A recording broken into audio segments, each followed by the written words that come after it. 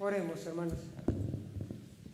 Nuestro buen Dios, en esta mañana queremos suplicarte que al meditar en tu palabra tú nos dirijas, que tú seas quien nos hable en esta mañana, en el nombre de Cristo Jesús. Amén. Pueden sentarse, hermanos.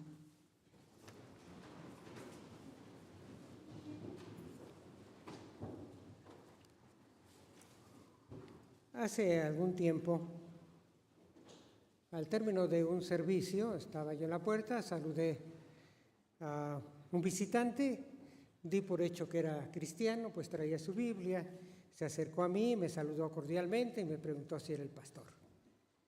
Conversé brevemente con él y él me dijo que era cristiano y que asistía anteriormente a una iglesia bautista.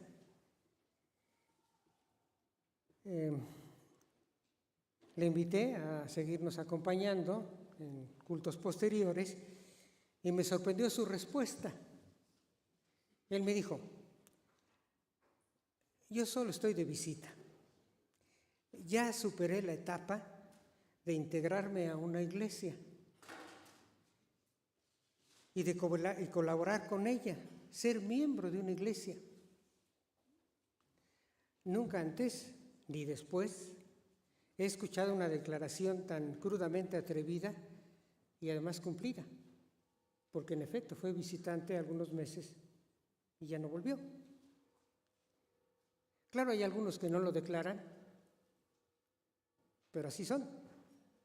Nunca han sido miembros de una iglesia, nunca han colaborado con una iglesia, nunca se han integrado a una iglesia. Son visitantes, diríamos que eternos.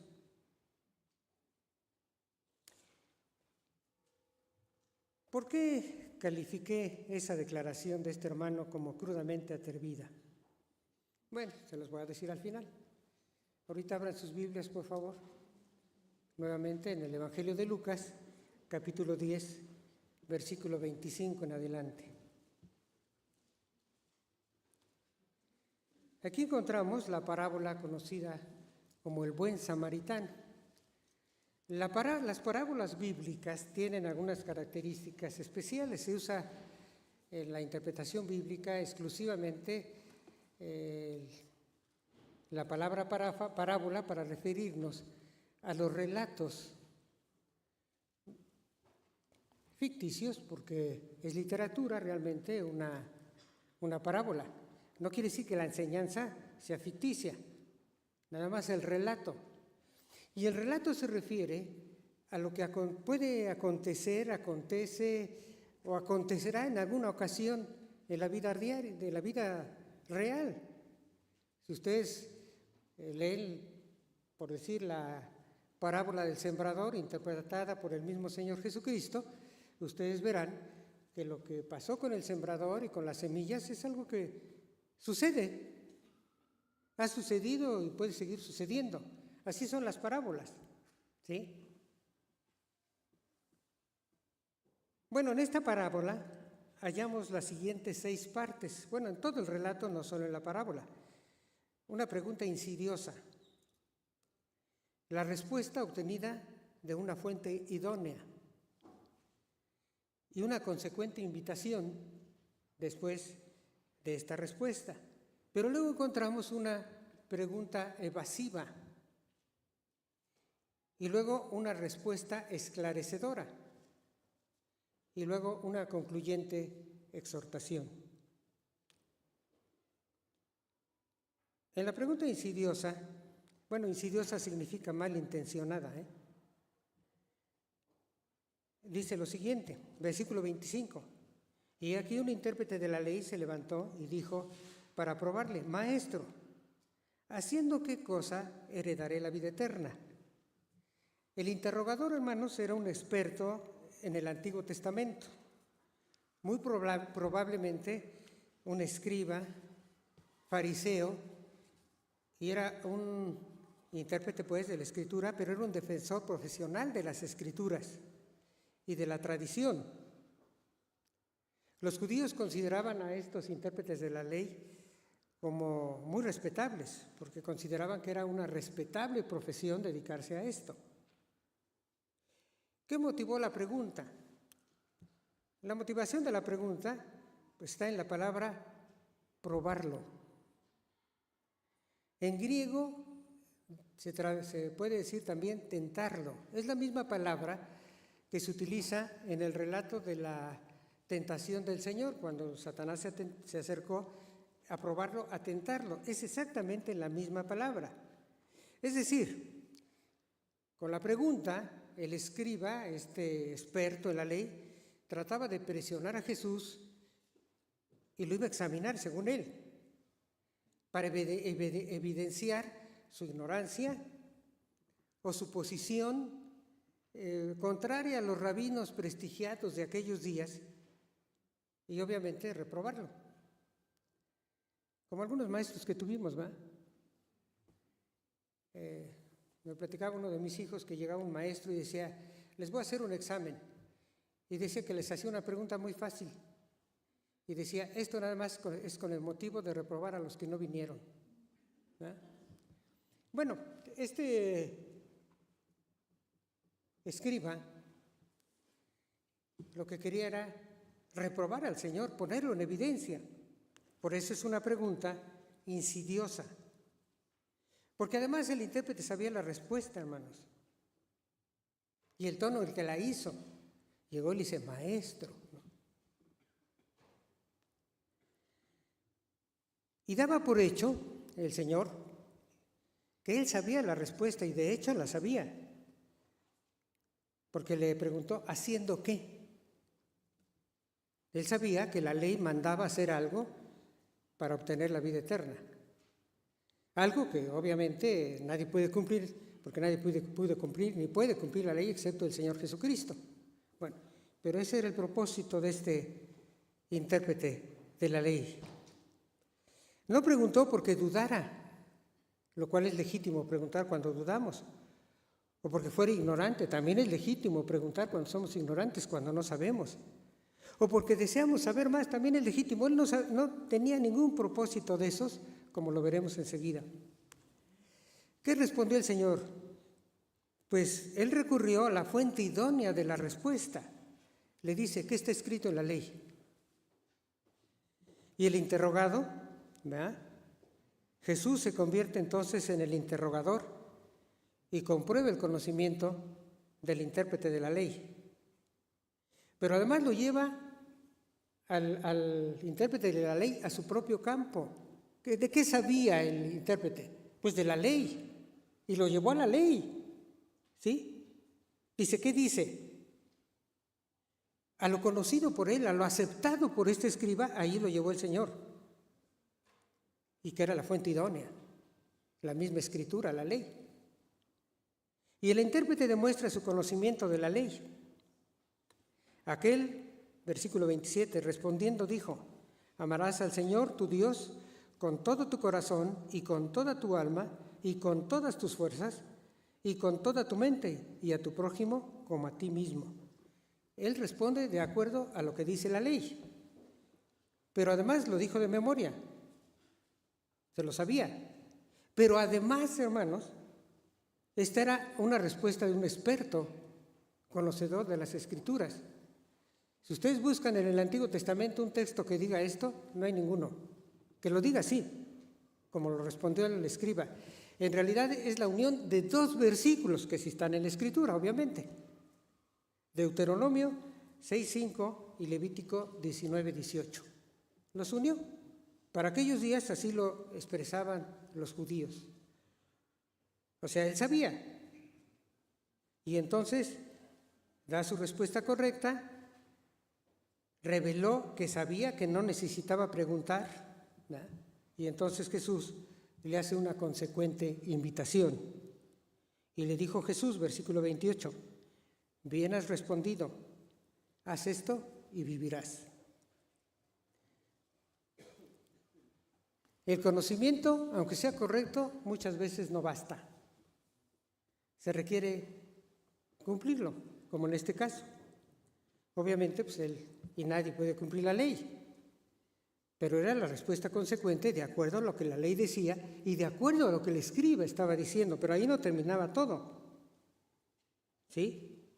Entonces, el escriba el conocedor de la ley, pues trata de evadirse, ¿sí? Y entonces hace una pregunta más. Versículo 29, pero él, o sea, el intérprete de la ley, queriendo justificarse a sí mismo, dijo a Jesús, ¿y quién es mi prójimo?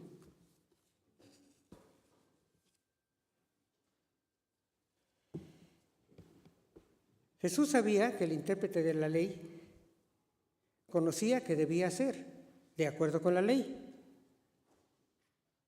¿sí? Pero el escriba también lo sabía. Pero entonces, aparente ignorancia, antes de reconocer su desobediencia, intenta ocultar su conocimiento para pasar como inocente. Con su pregunta, en realidad, lo que trató de decir es, no lo he hecho, o sea, no lo he amado, porque no sé quién es mi prójimo. Eso es lo que estaba diciendo con su pregunta, este intérprete de la ley. ¿A quién se parece esta actitud, hermanos? La actitud del intérprete de la ley. Pues a nuestras propias respuestas, ¿sí? A nuestras respuestas cuando tratamos de eludir nuestras responsabilidades no cumplidas, nuestros pecados, nuestras fallas, nuestros errores, los tratamos siempre de eludir, de evitar, con pretextos, explicaciones, excusas verdaderamente absurdas, necias, vacías, superficiales. Así somos. Sí, a nosotros nos es muy fácil a veces decir, pues que intérprete de la ley tan hipócrita, tan mentiroso, tan elusivo, pues así como nosotros, hermanos, exactamente como nosotros. Y entonces Jesús le da una respuesta esclarecedora. Esclarecer significa aclarar. O sea, Jesús le relata la parábola del buen samaritano y es una parábola aleccionadora, puntual, desafiante al intento de evadir el cumplimiento de lo que ya se sabe, como lo hizo este intérprete de la ley. En esa parábola nosotros encontramos varios personajes. Veamos cómo se comportan cada uno de ellos. Los ladrones, trataron con crueldad al viajero indefenso. Dice el versículo 30. Respondiendo Jesús dijo, un hombre descendía de Jerusalén a Jericó y cayó en manos de ladrones, los cuales le despojaron e hiriéndole se fueron dejándole medio muerto. Esos fueron los ladrones. Luego aparecen dos hombres que podían ayudar a ese hombre herido. 31. Aconteció que descendió un sacerdote por aquel camino, viéndole, pasó de largo. Asimismo un levita, llegando cerca de aquel lugar y viéndole, pasó de largo. El sacerdote y el levita sabían que debían ayudar y no lo hicieron. Y los veían, no así superficialmente, eran servidores del templo, hermanos. El sacerdote ofrecía sacrificios. El levita ayudaba en los sacrificios, en la limpieza. En muchas cosas ayudaban los levitas. Es más, los coros que había en el templo estaban formados por levitas. O sea, eran hombres muy conocedores de la ley y sabían además qué tenían que hacer. Y ambos se limitaron a ver. Ambos observaron a un hombre que necesitaba ayuda, que estaba tirado, desnudo, eso significa despojándole, es decir, le quitaron absolutamente todo, hasta la ropa, lo dejaron desnudo y malherido, dice medio muerto, lo vieron. Y ambos, sin prestarle ayuda, sin prestarle auxilio, siguieron su camino. Se pasaron de largo. Se pasaron por el lado opuesto, es decir, le dieron la vuelta, se cambiaron de carril, pues iban por un lado y lo vieron y se fueron por otro. ¿Sí? Y el levita se dio cuenta que no estaba muerto, porque él se acercó más más que el sacerdote. Nosotros podemos inferir, suponer, ¿verdad? Porque una persona como estos, como los describe el Señor, pudieron no prestar ayuda, no se acercaron a prestar ayuda. Podemos inferir, pues, varias cosas. La primera, pues, porque era un desconocido. A nosotros muchas veces nos da temor ayudar a un desconocido. Tuvieron miedo a ser asaltados. Los caminos de aquellos días, y sobre todo en esta zona, eran muy rocosos y diríamos serpenteantes, sinuosos, con muchas curvas, ¿sí? Propicios, pues, para ser asaltados por los salteadores de caminos. Bueno, a lo mejor tenían que llegar a una reunión urgente. A lo mejor, pues, el sacerdote había ido seguramente al templo a ofrecer sacrificios, a ofrecer sus servicios, y ya quería llegar a su casa Jericó. No sabemos, hermanos. Bueno, todas estas son inferencias solamente porque una persona no puede ayudar a otra. Incluso el sacerdote podría temer tocar al muerto, porque si lo tocaban, dejaban durante un tiempo, de acuerdo con la ley, de ejercer su oficio de sacerdotes. Tenía que pasar un tiempo de purificación antes de volver a ministrar. Entonces, no sabemos, pueden ser muchas razones por las que una persona no ayuda a otra. Lo interesante es por qué el Señor Jesús escogió en este relato a dos servidores. Y los escogió solo para demostrar, pues, que no basta el servicio en el templo, ¿sí? Que lo que quiere Dios no son sacrificios, sino misericordia y conocimiento más que holocaustos. Oseas, capítulo 6, versículo 6. Luego pasó un samaritano, dice que iba de camino, vino cerca de él, versículo 33, y viéndole fue movido a misericordia. Y acercándose vendó sus heridas, echándoles aceite y vino y poniéndole en su cabalgadura, lo llevó al mesón y cuidó de él. Otro día, dice, al partir, sacó 2 denarios y lo dio al mesonero y le dijo, cuídamele, y todo lo que gastes de más, yo te lo pagaré cuando regrese. El samaritano tuvo una visión diferente a la del sacerdote y el levita, entre otras cosas, pues porque se acercó hasta donde estaba, ¿verdad? Ahora, este samaritano, si nosotros lo pensamos bien, estaba en un plano superior. Primero estaba sano, no le había pasado nada. Tenía recursos. Iba a caballo o en burro, no lo sabemos. En aquellos tiempos viajar en burro pues era un lujo, ¿sí? Entonces, no sabemos, pero llevaba una cabalgadura. El samaritano pues tenía recursos y el hombre estaba desnudo. El samaritano estaba sano, el otro estaba casi muerto. Ahora, recuerden ustedes que samaritanos y judíos no se llevaban. No solo no se llevaban, se odiaban, se discriminaban mutuamente. Aún así, el samaritano se identificó con el judío moribundo, tuvo empatía. ¿Qué pensó? Pude haber sido yo el asaltado. Fue movido a misericordia, dice la parábola. El samaritano vio pues un hombre indefenso y sin recursos, un viajero vulnerable como él. ¿Cuál fue la respuesta del samaritano? Versículo 33, la segunda parte, dice que fue movido a misericordia. Y observen, hermanos, que no dice que sintió misericordia. La misericordia no es un sentimiento, hermanos. Sí, es una emoción. Sí, claro que hay emoción, pero que lleva a la acción.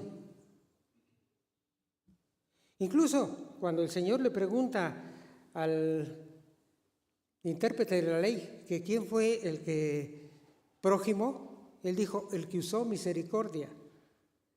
La misericordia es una conducta vinculante, resultado de un corazón compasivo que genera simpatía con otra persona y le impele, le empuja a servirle.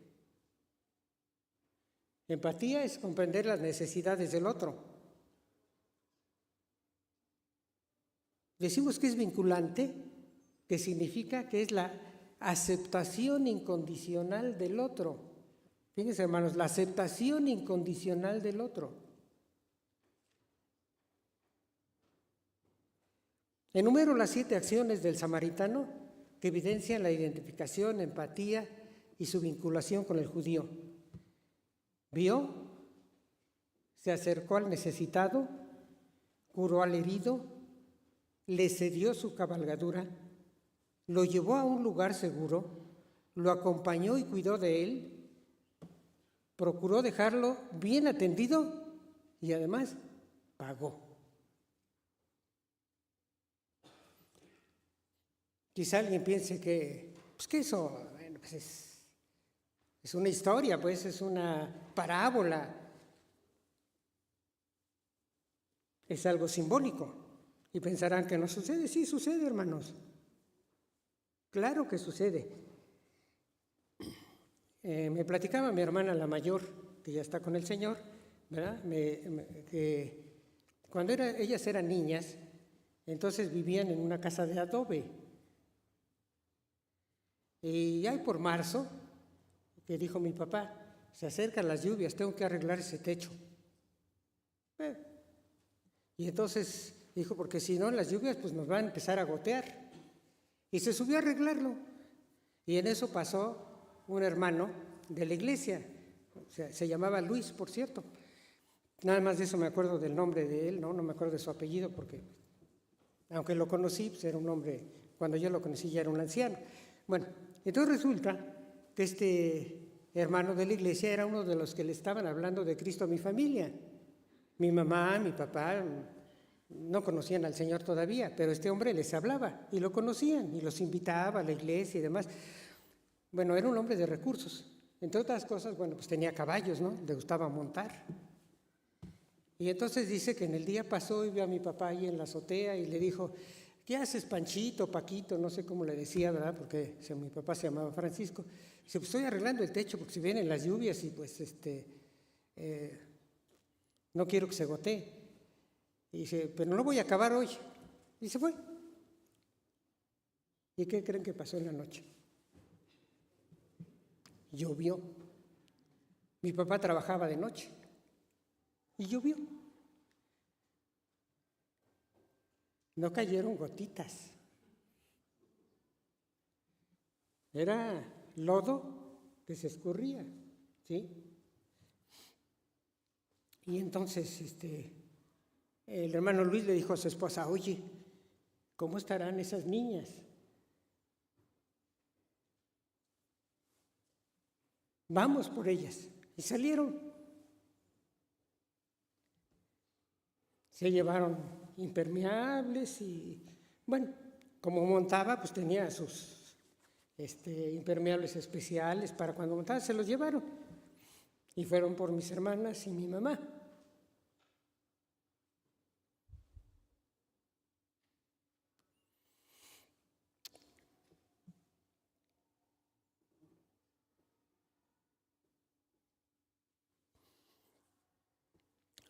Las hospedaron.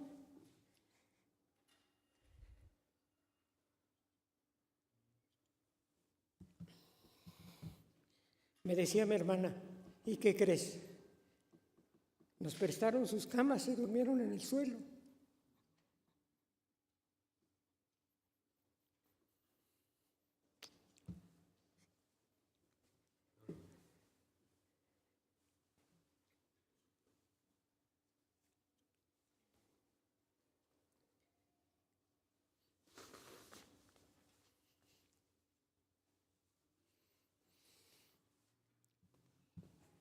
Claro que esas cosas pasan, hermanos. Esa es una de las virtudes de las parábolas, que son historias que pueden ser reales. A lo mejor no han pasado, pero pueden pasar. Y pasan, hermanos. Y entonces Jesús hace una concluyente exhortación. Concluye pues este relato, no el mensaje, el relato. Y Jesús introduce la conclusión con una pregunta. ¿Quién pues de estos tres te parece que es el prójimo del que cayó en manos de los ladrones? Fíjense bien, Jesús no preguntó quién es el prójimo del samaritano. El intérprete hubiese dicho, el hombre caído, pero Jesús no pregunta eso. Jesús cambia la perspectiva. ¿Quién es el prójimo del caído? Y la respuesta es una respuesta con una nueva visión. El intérprete de la ley dijo, quiso misericordia con él. La misericordia nos da el conocimiento, no lo da el conocimiento como el del escriba, ni el liderazgo religioso, sino un nuevo corazón. ¿Sí? El corazón que tiene el que es salvo, el que ha creído en Cristo. Solo Él puede tener este tipo de misericordia.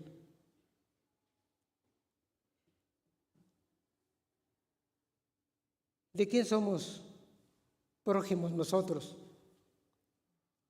¿Nos aproximamos a todos los hermanos o nada más a nuestros amigos? Nosotros tendemos a acercarnos solo a nuestros amigos, hermanos, no a nuestros prójimos, no a otros que no conocemos o que conocemos pocos. La exhortación, pues, desafiante para mí y para ti, es, entonces Jesús le dijo, nos dice, ve y haz tú lo mismo. Al principio dije de este hermano, de esa cruda y atrevida declaración que hizo. Solo estoy de visita, ya superé la etapa de integrarme, ser miembro y colaborador de una iglesia. ¿Por qué la califico de crudamente atrevida? Por dos razones.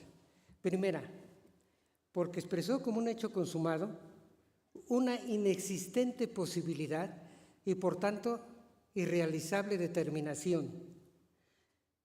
¿Cuál es? Que un miembro pueda decidir poner fin a su relación con el cuerpo de Cristo, con la iglesia, hermanos. Miren, esa ruptura equivaldría a suponer que cualquiera de nosotros tendría más autoridad y poder que el Espíritu Santo, quien vino, fíjense bien, cuando creímos a morar en nosotros. ¿Para qué? Para hacernos parte del cuerpo de Cristo, de la iglesia, hermanos. Y además nos dio por lo menos un don o varios dones. ¿Con qué propósito? Es muy clara la Escritura. Dice, para el perfeccionamiento de los santos. Es decir, que nosotros, cada uno de nosotros, tenemos esos dones para perfeccionar a otros. Pero además, dice, para el crecimiento y edificación de la iglesia, del cuerpo de Cristo. Para eso nos introdujo el Espíritu Santo en el cuerpo de Cristo, la iglesia. Nosotros no podemos romper con eso, o tenemos más autoridad y poder que el Espíritu Santo. Eso es blasfemia. ¿Sí? A ver, quisiera pedirles ahora que aquellos que ya aceptaron a Cristo y que son salvos, levanten la mano. Bien, bájenla para que no se cansen, pero esto que voy a decir es para cada uno de ustedes y para mí mismo, es para todos los que somos salvos. La incorporación a la iglesia y el dones que cada uno de nosotros tenemos, que hemos recibido, no son para una etapa de nuestra experiencia cristiana. Equivaldría al absurdo de decir que nuestros pies, nuestras manos, nuestros ojos nuestros ojos, puede llegar el momento que nos superen de tal manera que se pueden separar del cuerpo. Eso no es posible, hermanos, es absurdo. Bueno, esa es la primera razón, eso no puede suceder. La segunda es que tal declaración tiene como raíz el incumplimiento de una o varias de las actitudes y sus respectivas conductas fraternales que nos unen y nos dan fuerza, salud dentro del cuerpo de Cristo y al mismo cuerpo de Cristo, la iglesia, hermanos.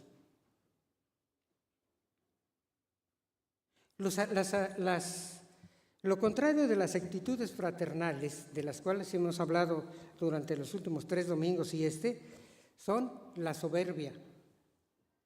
La soberbia divide, la indiferencia que abandona.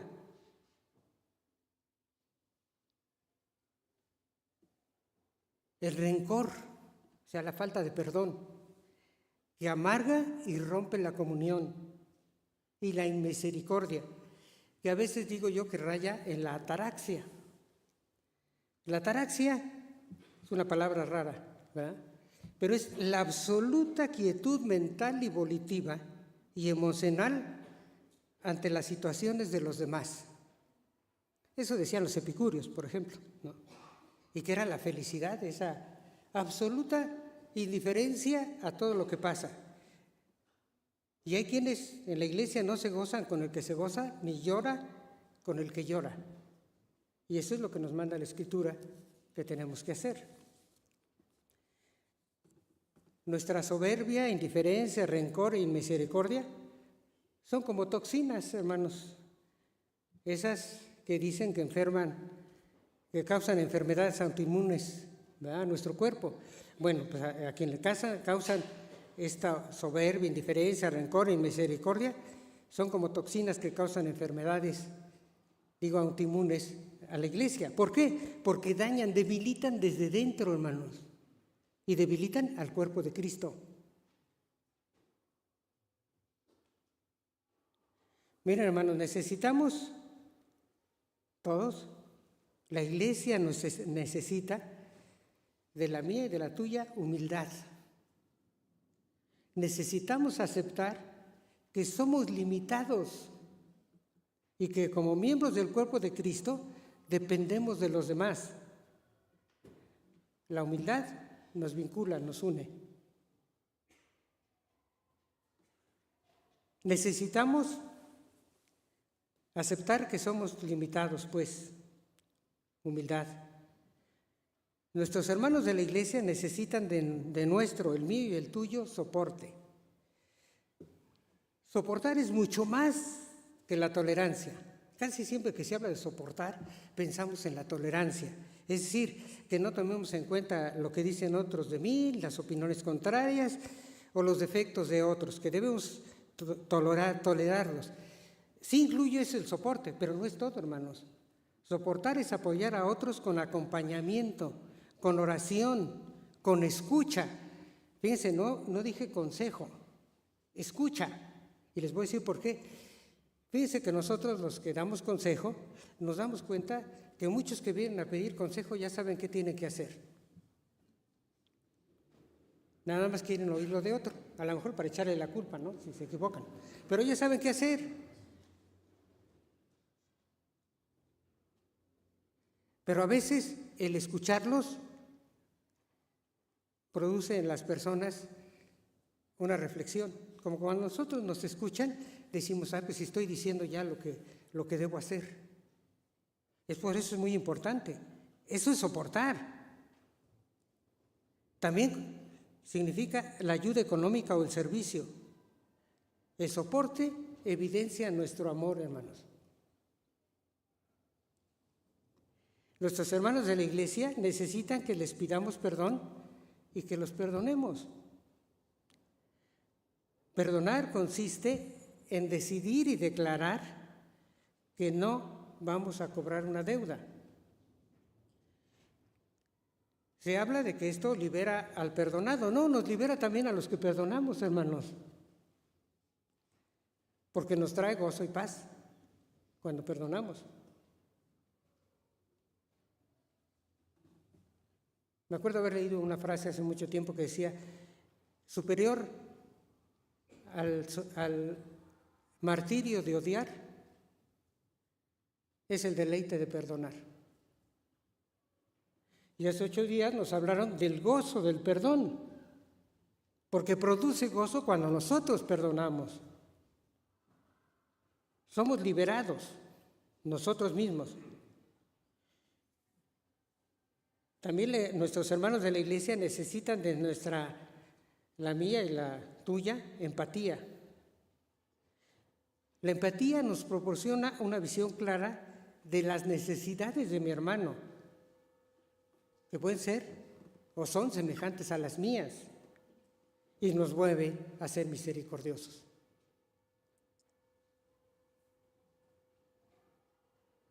Cierren sus ojos, hermanos, por favor.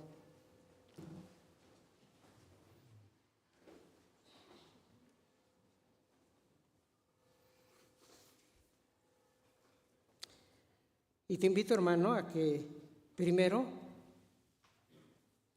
reconozcas en qué estás fallando.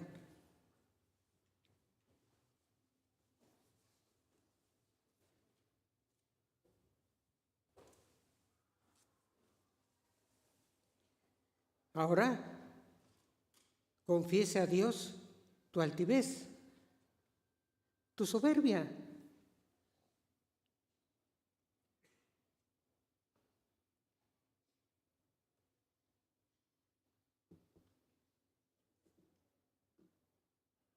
Confiesa tu indiferencia, el que no ayudas a los demás. Confiesa tu rencor y no te autoengañes. No digas que no pides perdón o no perdonas, pero que no tienes rencor. Si no has perdonado, tienes rencor, hermano, tienes que perdonar. Si no pides perdón, es que eres soberbio. No te autoengañes.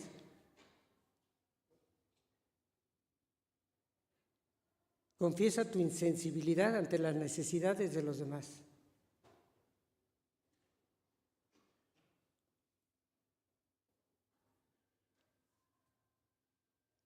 Y toma, pues, las decisiones inmediatas.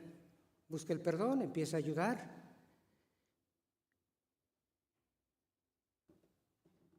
Aprende a doblarte, a humillarte. Si no puedes, hermano, hace 8 días nos exhortaban a que nos acerquemos al Señor para que nos dé esa capacidad.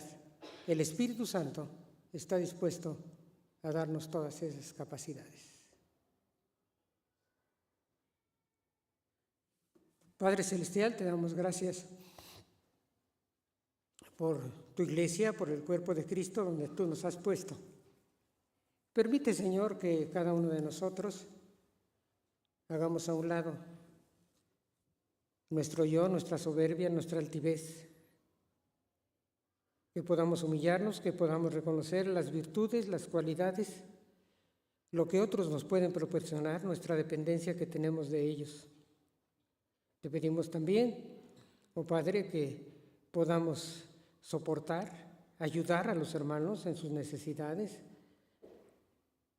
en sus debilidades, que estemos nosotros ahí dispuestos para ayudar.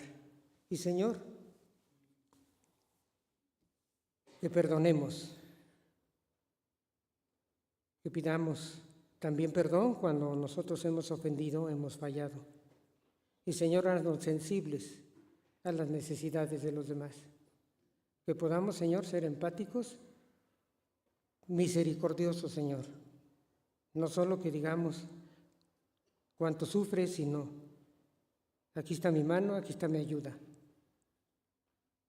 Señor, que seamos una iglesia saludable, fuerte, porque practicamos, Señor, las cualidades fraternas de la humildad, el soporte, el perdón y la misericordia. Te lo pedimos en el nombre de Cristo. Amén.